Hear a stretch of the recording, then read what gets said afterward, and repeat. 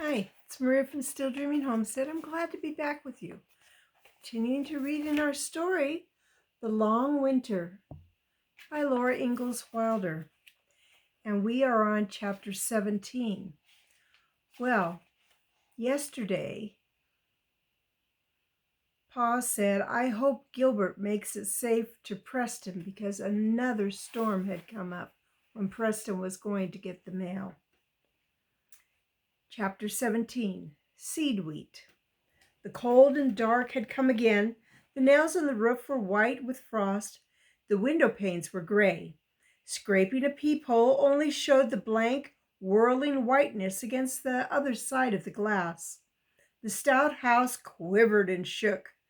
The wind roared and howled. Ma kept the rag rugs tight against the bottom of the doors, and the cold came crawling in.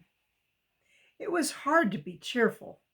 Morning and afternoon, holding the clothesline, Pa went to the stable to feed the horses, the cow and the heifer. A heifer is a female, young cattle that has not had a baby yet. He had to be sparing of the hay because there wasn't a lot. He came in so cold he could hardly get warm. Sitting before the oven, he took Grace on his knee and hugged Carrie close to him. And he told them stories of bears and panthers that he used to tell Mary and Laura. Then in the evening, he took his fiddle and played the merry tunes. When it was bedtime and the cold upstairs must be faced, Pa played them up to bed. Ready now? All together, he said. Right, left, march. Laura went first, carrying the wrapped flat iron.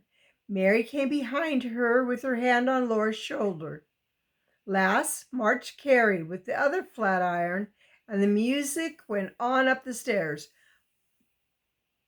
All the blue bonnets are over the border, many a banner spreads flutter above your head.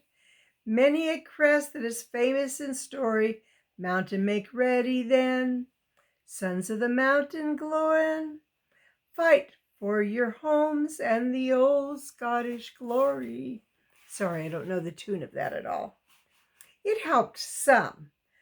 Laura hoped that she seemed cheerful enough to encourage the others.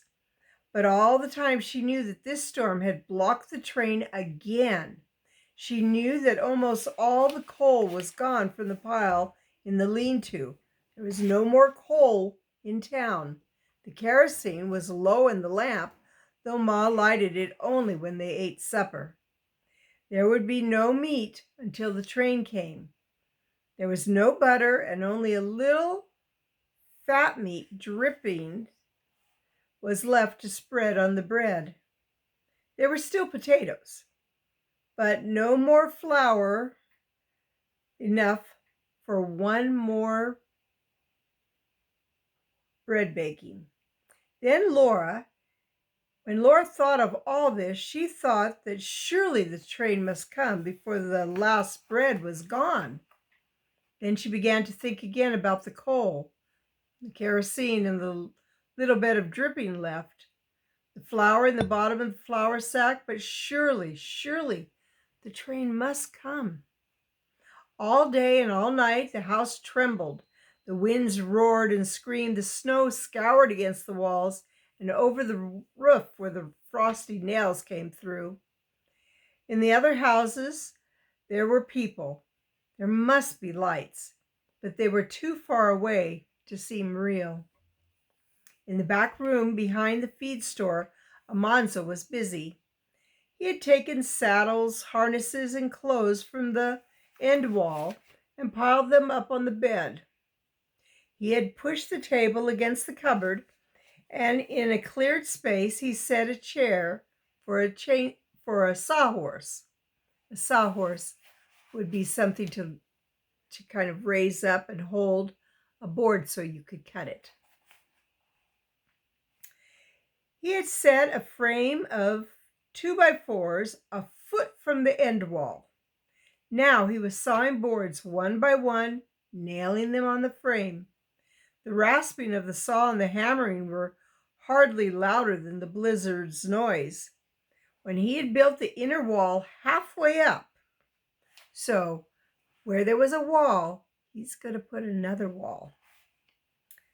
He took out his jackknife and ripped open the sack of his seed wheat. He lifted up the 125-pound sack and carefully let the wheat pour into the space between the new wall and the old one.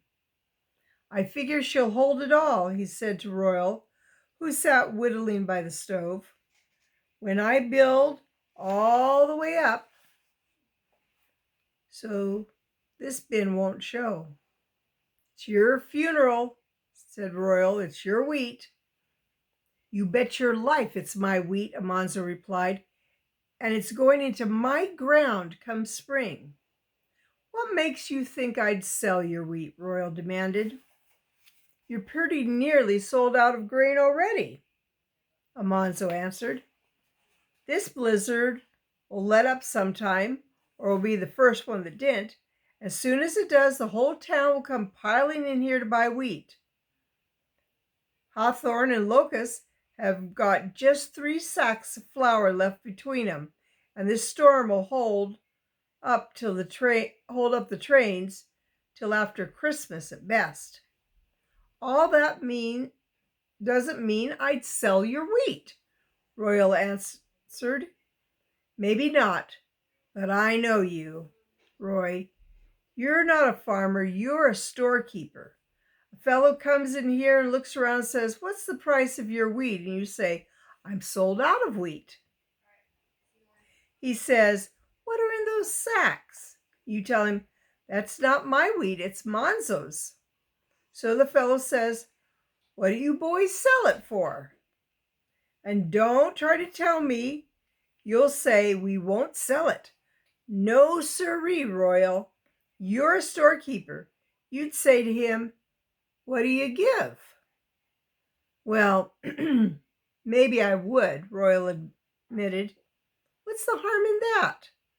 "The harm is that they'd bid up the prices sky high before the train gets through."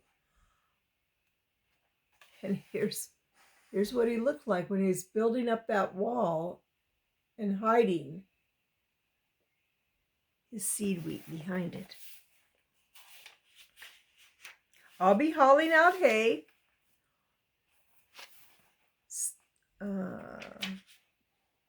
Or, what does that say?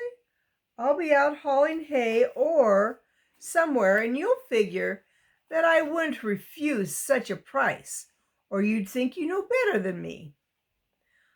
What's best for my own interests. You never would believe I mean what I say when I say it, Royal Wilder."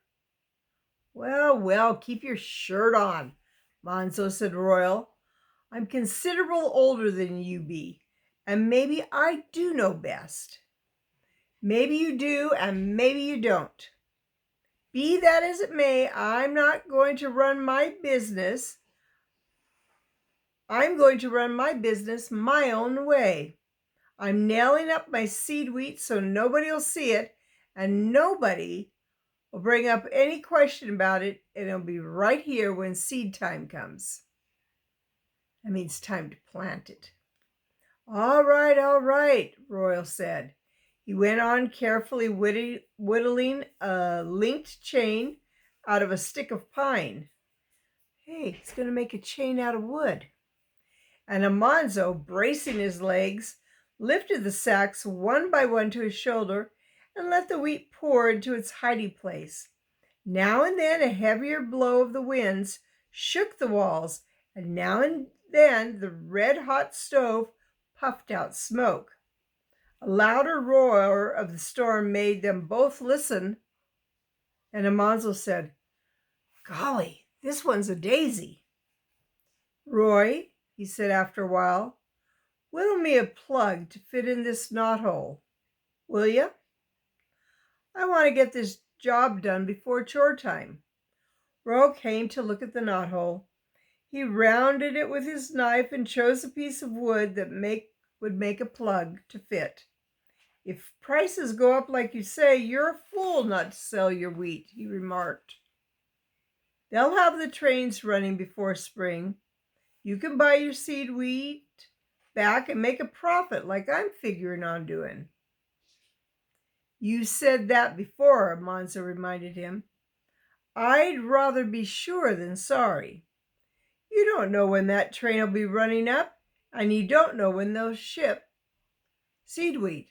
Don't know if they'll ship it in time before April. Nothing sure but death and taxes, said Royal. Seed time's pretty sure to come around, Amanzo said, and good seed makes a good crop. You talk like father, Royal mentioned. He tried the plug against the knothole and set to whittling it again. If the train don't get through in a couple of weeks or so, I wonder if this town can hold out. There's not much left in the grocery stores. Folks manage to get along pretty well when they've got to, said Amanzo. Pretty nearly everyone brought out their supplies last summer like we did. And we can make our stretch to warm weather if we must. Well, that's the end of that chapter. They're sitting pretty good. They've got lots of supplies, but they came from a family that had money. Not all the people out there didn't, and certainly Pa and Ma were not people with a lot of money. Well, it's Maria from Still Dreaming Homestead. If you haven't subscribed to my channel yet, please do. And give me a thumbs up. I love to hear your comments. So I want to pray blessings on you and yours in your house and out of your house, in the day and in the night. Whatever you do, keep dreaming. Good night, and God bless you. Good night.